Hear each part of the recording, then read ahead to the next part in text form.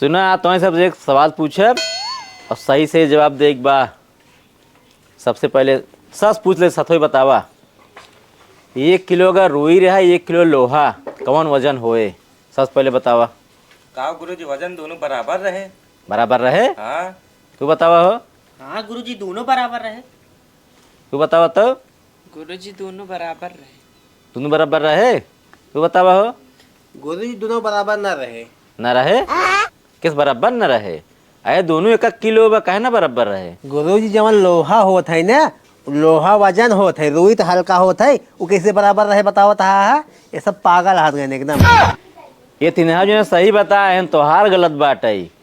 तू समझ न पाओ। देखा जैसे अगर तराजू ले ले एक और रुई धरा 1 किलो एक और 1 किलो लोहा धरा 15 दम बराबर ही रहा था। तो दोनों एक बराबर वो कैसे बताओ तो लोहा भारी हुए।